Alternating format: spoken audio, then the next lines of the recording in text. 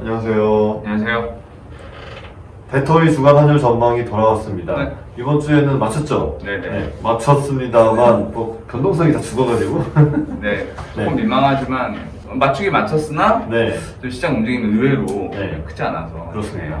5월 18일부터 21일 오늘 목요일까지 저점 1221.20, 고점은 1233.90, 그다음에 오늘 금요일 달러원 종가는 1230.90원이었습니다. 저희 지난주 녹화하던 금요일에 1231.00이었으니까 뭐 그냥 보합시다. 네네. 그렇다고 보면 되겠고요. 무슨 일이 있었냐면 먼저 이제 미국의 중국 때리기가 본격적으로 시작이 됐고, 이번에는 미국 상무부가 화웨이에 대해서 중국 통신업체죠, 여기 규제를 하는데 미국 기술로 제작된 반도체를 공급하지 못하도록 하는 규제를 발표를 했습니다. 그러면서 달러 위안이 지금 역외 달러 위안, 그러니까 홍콩에서 거래된 CNH 기준으로 7.1450 정도까지 오르는 그런 위안화 약세, 달러 위안 상승세를 보여서 달러 원도 조금 올랐었고요. 그 다음 날에는 이제 이 모더나라는 곳에서 백신 1차 임상을 했더니 전원 항체가 생겼다. 뭐 그날은 모두가 환호를 해서 막 주식도 오르고 달러 원도 1120원 근처까지 빠지는 그런 장세를 보였지만, 그 다음날 그들의 주장만 있지 사실은 이 그러니까 뭔가 세부적인 정보가 제공되지 않아서 불충분하다. 그렇죠. 네. 네, 이걸로는 유효성을 검증하기에 그렇죠. 불충분하다라는 의구심이 이제 대두가 되면서 플러스 이 업체가 뭐 증자를 한다, 여러 가지 또 의구심을 낳을 만한 그런 소식이 전해지면서 달러원은 원위치가 됐습니다. 네. 그다음에 오늘은 그러니까 결국 이게 문제인데, 외국의 수요, 외수가 줄어드니까 우리나라에서 수출을 많이 못하고 전년 대비 수출액이 감소하고 이런 분위기가 오늘도 지속돼서 5월 1일부터 20일까지의 수출 통계가 발표됐는데 여전히 전년 동기 대비 20% 정도 줄어든 그런 수출 부진의 결과가 나오면서 수입은 별로 안 줄었어요. 그래서 무역 적자가 났습니다. 그렇다 보니까 결국은 달러원은 1230원 선에서 마감이 되었습니다. 뭐 거의 예상했듯이 미중 무역 분쟁의 2차전 조금씩 이제 불을 붙여가는 모습이 여전히 이어졌고, 백신 소식이 있긴 했으나 사실상 이 3상까지 가면서 시중에 유통되기까지는 적어도 뭐 1년 가까운 시간, 아무리 빨라야 그렇게 이제 전문가들이 예상을 하고 있어서 어떤 심리적인 안정감을 줄 수 있는 뉴스긴 하지만 좀 더 지켜봐야 될 필요성이 있는 그런 거를 다 반영하면서 이제 아래 위가 다 막히고 변동성이 좀 축소되는 좀 그런 어떻게 보면 약간 심심한 장이긴 했습니다. 그렇습니다. 이벤트는 많았으나. 그래서 이벤트 자체는 뭐 미중 무역 분쟁 말싸움을 계속하고 있는데, 이게 실질적으로 1차 무역 합의를 깰 것인가 뭐 이런 것들도 아직은 설왕설래 정도 있는 정도라서 지켜봐야 될, 아직 숙성되지 않은 대화라고 볼 수 있고요. 그 다음에 주식 시장의 이 뜨거운 분위기와는 달리 결국 무역 적자가 나고 실수급 자체의, 그러니까 이 달러원 시장의 실수급 자체는 약간은 달러를 매수하려는 왜냐하면 특히 이번 주에 그 삼성전자 분기 배당금에 대한 그 외국인들의 역송금 수요가 달러 매수세로 유입이 되면서 다른 통화와는 달리 달러원이 좀 더 강세를 보이는 주간이었고, 그렇다 보니까 결국은 생각보다 빠지지 않는, 그렇다고 많이 오르지도 않는 그런 한 주간이었습니다. 오늘은 뭐 어떤 기사를 가져오셨습니까? 미중 갈등, 이 코로나에 의한, 사실 근데 코로나에 의했다기보다는 트럼프 재선을 위해서 결국 이 희생양이 필요한 거죠, 트럼프 입장에서. 어차피 하려고 했던 거, 좀 빨리 하는 거 하는 거죠. 그렇죠. 그냥 나는 재선을 돼야 된다. 나는 코로나를 못 막았다. 그러면은 누가 잘못했냐? 중국이 잘못했다. 이렇게 가고 있으니까 당연히 중국도 반발을 하고. 그래서 이제 연합 인포맥스 20일 기사인데, 무디스 국제신용평가사죠, 여기서는 미중 1단계 무역 합의에 대해서 이게 코로나 때문에 재협상을 하게 될 것이다 라는 기사를 냈습니다. 일단 합의는 했는데 코로나 터질 줄 모르는 상태에서 일단 질러놓은 거죠. 중국도 급하고 미국도 급하니까 일단 지킬지 못 지킬지는 나중 가서 보자라는 식으로 해놨는데 결국 코로나 터졌는데 이걸 양쪽은 다르게 해석하는 거예요. 중국은 코로나 핑계로 수입액을 좀 조정을 해봐야겠다. 그렇죠. 이게 천재지변이기 때문에 여기 이 무역 합의에 그런 내용이 아마 있을 거예요. 특별한 사태가 생기면 이거를 재조정할 수 있다, 뭐 이런 재협상할 수 있다, 이런 있는 걸로 알고 있어요. 있다고 기사에 나왔고, 근데 중국에서도 계속 불을 떼고 있죠. 연기를 피우고 있죠. 해야 된다. 좀 이거 봐주라. 방송 못한다. 네. 그랬더니 근데 미국은 트럼프가 관심 없다. 나는 제협상 전혀 관심 없고 너희는 한껏 지켜라. 안 지키면 관세 다시 부활시키고 다 끝이야. 네. 사실은 중국 입장에서 억울할 수는 있어요. 그렇죠.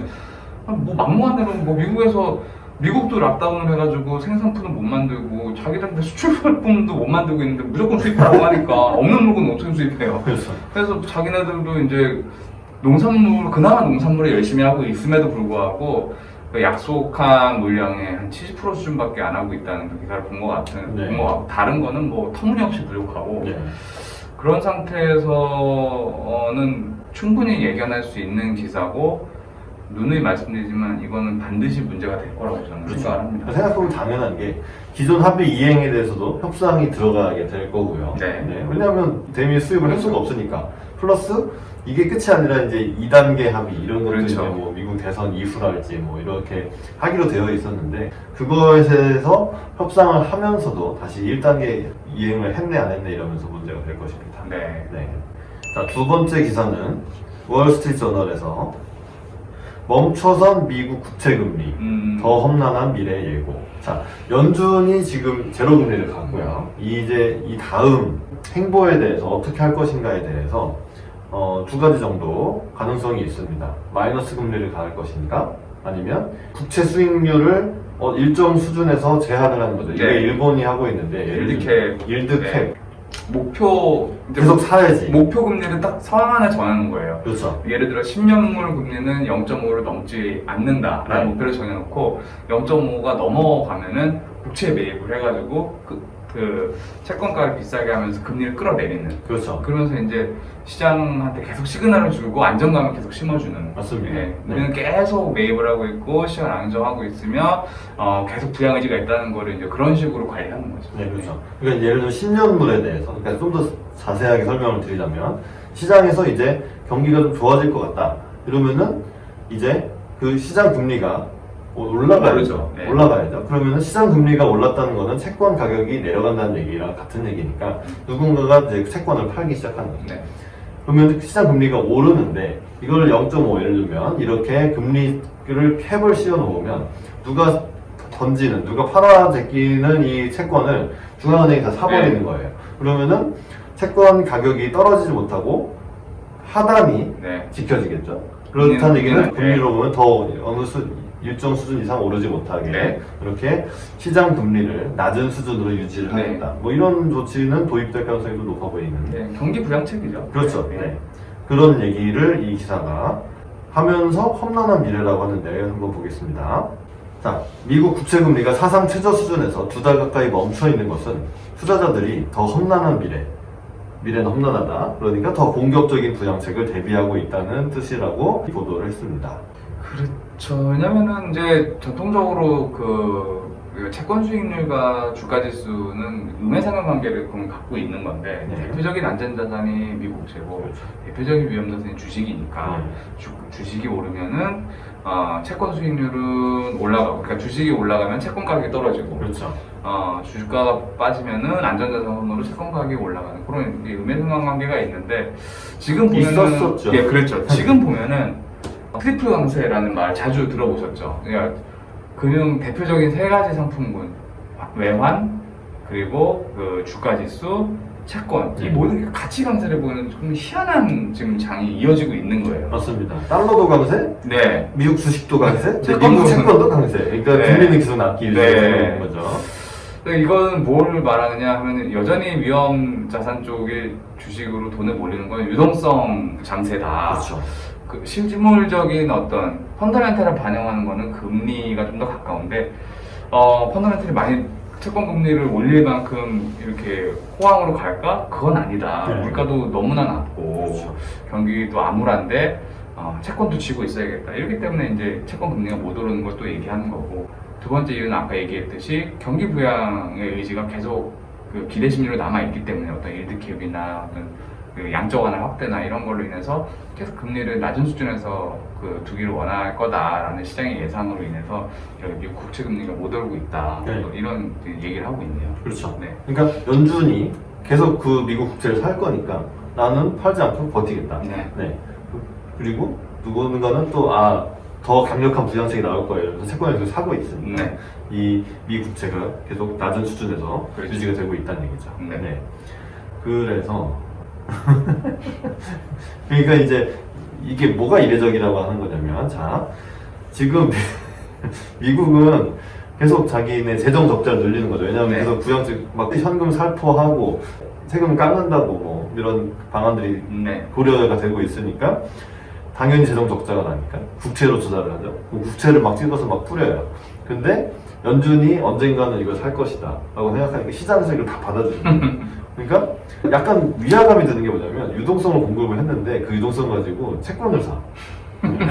시장에서 채권을 사고 있다. 아니, 중앙은행이 채권을 사서 그렇죠. 유동성을 풀어야 되는데 웃긴 거예요. 시장 사람들이 돈이 많이 생겼네? 네. 이러고 미국 국채를 사요. 그렇지. 그러면 달러는 어디로 가는 거야? 잘 그러니까 정부로 들어가고 있는 거죠. 그 돈은 다시 그래, 현금 맞아요. 상태로 나오고. 진짜 약간 되게 이례적이면서 좀 이거 말이 돼? 아니, 현실은 그렇는데 좀 말은 안 되는 것 같아요. 맞아요. 네. 이게 실물 경기로 퍼지라고 지금 돈을 푸는 건데 네. 금융 자산 안에서만 돌면 이게 결국 자산 거품으로 이어지는 거거든요. 그렇죠. 그게 그 파월 의장도 가장 염려하는 부분이고, 그 부분을 경계하고 있는데 아이러니하게도 역시나 이 금융시장의 투자자들은 어쨌든 수익을 내야 되니까 수익 내기 가장 좋은 자산에 돈이 몰리는 건 어쩔 수가 없는 거죠. 그렇죠. 좀 약간 아이러니한 상황이 지금 이어지고 있어요. 맞습니다. 네. 웃긴 상황입니다. 네. 네. 근데 결론적으로는 코로나19 사태로 인해서 경제가 어려울 거니까, 그러니까 이런 부양책이 도입될 수도 있고, 그렇다는 얘기는 채권 시장에서는 주식 시장과는 분위기가 다르다. 네. 요거를 확인할 수 있는 그런 기사였습니다. 네. 다음 세 번째 기사 말씀드릴게요. 먼저 다음 주에 한국은행 금융통화위원회가 맞습니다. 있습니다. 예. 네. 금리 인하를 할 수도 있죠? 예, 지금 대체적인 시장 분위기는 금리 인하 할 거라는 게 좀 더 우세한 상황인 것 같아요. 네, 맞아요. 그러니까 지금 이 세계 경기가 안 좋고, 뭐 그렇다 보니까 우리나라 수출이 안 되고 있고, 뭐 이거는 팩트이고. 네. 다만 우리나라가 이제 코로나를 거의 통제를 하고 있는 듯한, 그래서 아니 우리나라 통제를 하고 있으니까 금리를 인하 안 해도 되지 않을까? 이게 소수 의견. 그러니까 시장의 소수 의견은 그렇고, 다수는 금리를 25bp 정도 인하할 거다라고 네. 보고 있는 거죠. 그런 것에 이제 증거로서, 그러니까 이번 주에 KDI 한국개발연구원이 이제 어떤 보고서를 하나 냈는데, 이게 국책연구기관이다 보니까 맞아요. 여기 근데 이 KDI 보고서에는 가급적 이른 시기에 기준금리를 최대한 인하할 필요가 있다. 그리고 그것만으로 경기가 회복되지 않을 수가 있기 때문에 국채 매입, 그러니까 한국판 양적 완화를 좀 더 적극적으로 동원할 필요가 있다라는 그런 KDI의 2020년 상반기 경제 전망이라는 보고서가 나왔는데, 이걸 보고서 옛날에는 사실 KDI가 뭐 그냥 하는 의례적으로, 의례적으로 내는 보고서겠거니 했는데, 약간 이 내용이 꽤나 강한, 그러니까 맞아요. 정부 입장에서 한국은행에 대해서 이런 거 지금 양적 완화해야 돼, 제로금리 해야 돼, 이렇게 요구를 하는 네. 듯한 그런 인상은 좀 심어졌죠. 힘어졌죠. 네. 힘어졌고, 그게 실제로 뭐 당연히 지금 필요하다고 볼 수도 있는 그런 상황이기 때문에, 기사 제목이 서울 채권 시장에서 KDI의 무게감이 달라지니까 나에겐 이런 기사입니다. 실제로 이 KDI 보고서가 어제 나왔는데, 그저께 KDI에서 조속한 금리 인하를 요구한다는 내용이 있다는 그 썰이 채권 시장에 좀 돌았어요. 네. 그러면서 시장이 그때부터 또 강해진, 실질적으로 시장이 거기에 반응을 했어요. 네. 그렇게 특별한 뉴스가 없는 가운데 KDI 관련된 소문이 나오는데 시장이 강해진 걸 보고, 또 여기 이제 인포메이션도 이런 기사를 좀 쓴 것 같고, 확률은 뭐 한 6대4 정도, 네. 뭐 높게 보면 한 7대3 정도까지 볼 수 있을 것 같은데, 네. 뭐 근거는 나름 그 두 개 다 탄탄한 근거가 있어요. 아까 말했듯이 동결하는 거는 향후의 정책 여력을 조금 아껴두고, 네. 하반기에 2차 확산이나 어떻게 더 번질지 모르잖아요. 2차 확산도 있을 수도 있고, 네. 미중 갈등이 실제로 막 네. 크게 날 수도 있고. 그래서 경기가 우리가 예상하는 경로와 다르게 더 침체의 길로 가거나 더 연장이 된다면, 그때 써야지 이제 좀 더 먹히지 않겠느냐. 네. 그런 분이 있고, 아니다. 정책 공조 차원에서 정부가 지금 이렇게 열심히 재정 정책도 하고 살리게 하고 있는데, 거기에 힘을 못 해가지고, 뭐 그런 게 있죠. 추경이 이제 계속 하고 있는데, 그러면 나라가 돈을 빌리는 거잖아요. 그렇죠. 여기 3차 추경도. 네. 그러면은 여기 이자를 내야 되는데, 금리를 낮춰놓고 이렇게 추경을 하면 네. 국가 부채가 증가하는 속도가 좀 느려지므로 네. 그 정책 공조 차원에서 금리를 이번에 내리는 게 합리적이다. 네. 충분히 일리가 또 있는 말이에요. 맞습니다. 네. 그래서 좀 지켜봐야 될 것 같고 저는 개인적으로는 조금 동결 쪽에 그게 가는데 마음이 좀 가는데 네. 시장은 아무래도 좀 금리 인하 쪽을 더 바라보는 네. 네, 저희가 느낀 시장은 좀 그렇습니다. 네. 저는 좀 더 인하 쪽에 마음이 네. 가 있는데 지금 해야죠. 언제 할 내 거예요? 마음속 금통이가 제 마음속에는 이제 금통이가 내 마음속에 금통이 있다고 했잖아요. 네. 인하 쪽으로 약간 기울고 있습니다. 네. 자, 이렇게 지금 뭐 연준도 부양책을 추가로 더할 것 같다. 한국은행에 대해서도 KDI가 부양책을 주문을 했는데 결국 이게 빚을 내서 정부 입장에서 미래 세입을 땡겨서 지금 경제를 살려야 된다. 이건데 그럼 그 다음에 대해서 사실은 많은 경제 전문가들이 인플레이션을 유도할 것이다. 왜냐하면 돈의 가치가 낮아지면 네. 그만큼 정부 입장에서는 국채를 갚을 때 좀 더 이렇게 돈의 가치가 낮아졌으니까 뭔가 네. 실질적으로는 정부 국채가 감소하는 효과가 있는 거죠. 그래서 이제 인플레이션의 시대가 다시 올 것이다라는 전망도 꽤 많고 그런 주장이 힘을 얻고도 있는데 저는 기존에 이제 저희 방송에서 말씀드렸듯이 그러기엔 너무 글로벌 공급 경쟁이 치열하다 보니까 인플레이션이 오기는 어렵지 않을까. 아무리 정부가 그런 걸 유도해도 조금만 물가가 오를 것 같으면 바로 공급이 그러니까 워낙 이제 너무 공급의 여력이 너무나 많기 때문에 어렵지 않나. 뭐 이런 생각을 하고 있습니다. 네. 글쎄요, 인플레이션이 어떻게 생각을 하면 이제 코로나로 인해서 이제 포스트 코로나 시대는 어떻게 될 것인가에 대한 얘기도 이제 슬슬 나오고 있는데 요즘 한창 이제 떠오르고 있는 리쇼어링이라는 이제 그런 주제, 글로벌라이제이션을 통해서 세계의 각국에 퍼져 있던 공급망, 서로가 협업을 통해서 어떤 제품을 생산하고 그걸 무역을 통해서 해결하는 돈을 버는 그런 시대가 이제 가고 고립주의 시대가 오면 선진국 같은 경우는 가장 먼저 생각나는 게 인건비가 비싸잖아요. 그렇죠. 리쇼어링을 하게 되면은 생산 단가가 올라가는 거는 분명한 것 같아요. 네. 그런 식으로 어떤 수요 측면에서의 그 인플레이션이 아닌 공급 측면에서의 인플레는 좀 고려를 해볼 수 있지 않나 이런 생각은 저는 좀 개인적으로 하고 있고. 그러니까 각국의 시장이 단절되면서 그렇죠. 이 안에서는 예. 인건비가 비싸니까 물건값도 올랐고 그렇죠. 다른 물건이 들어올 수 없으니까 이 그렇죠. 안에서는 공급이 수도 제한되고. 있다. 예. 네. 그러면서 불건전한. 그렇구나. 예. 그러니까 인플레이션을 유도하려면 다 막는 거예요. 네. 그냥 장벽을 세워. 네. 그럼 국가 안에서 인플레가 되니까 돈이 높죠. 그렇죠. 네. 돈이 높죠. 돈이 높죠. 네. 네. 그럴 수도 있긴 있네요. 네. 그래서 이런 문제는 저희가 차후에 관련 기사나 이런 게 좀 나오면 그때 다시 한번 언급을 해보겠습니다. 그렇습니다. 이제 세계화, 글로벌라이제이션이라는 것도 결국 어떤 경제의 이념이기 때문에 네. 이거를 되돌려서 리쇼어링, 무역 장벽 이런 걸로 돌아간다면 그렇다면 인플레이션이 생길 바뀔 수 수도 있다. 있어요, 네. 세상이. 그렇습니다. 네. 어느 주장이 주도권을 네. 가지는지는 트럼프 재선이 되면 알 수 있을 것 같습니다. 네. 안 될 수도 있으니까. 네. 네. 다음 주를 해보시죠. 하늘 전망. 네. 계속 워낙 강세론자였는데 지금의 상황은 결국은 이 무역이라는 게 무역 수지가 적자인데 달러의 수요가 더 많다라고 볼 수 있는 상황이고 그렇다면 이제 여기에 대해서는 그러니까 이제 무역에 대해서는 결국 달러 매수세가 더 강한 거죠. 달러의 수급상 달러 매수세가 강한 측면이 있고요.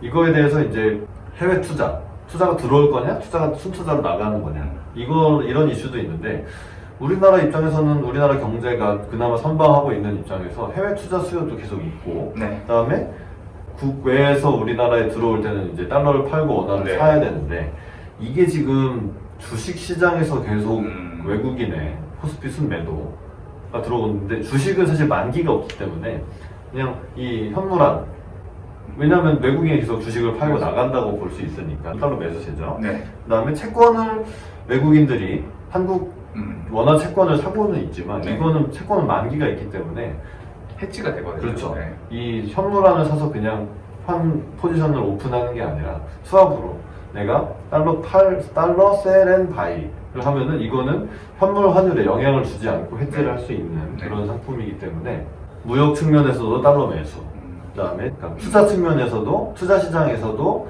달러 매수세가 조금 또 결국은 셌다. 결국 이게 상황이 바뀌려면 무역 수지가 흑자로 돌아서야 네. 되고요. 플러스 외국인이 결국 주식을 사야 됩니다. 네. 네, 이게 현실화되기 전까지는 달러원이 결국은 빠지기는 어렵다는 게 네. 현재의 우리가 확인할 수 있는 그런 시장의 수급 상황이기 때문에, 하지만 1240원이라는 달러원의 박스권 상단을 깨기는 여전히 어렵다고 본다면, 저는, 그리고 변동성이 줄었으니까 계속 이 상태로 갈 것이다. 그래서 1220원부터 1240원까지 전망을 하고 뭐 별로 변동이 없는 그런 장세를 전망해 보겠습니다. 어떻게 보시나요?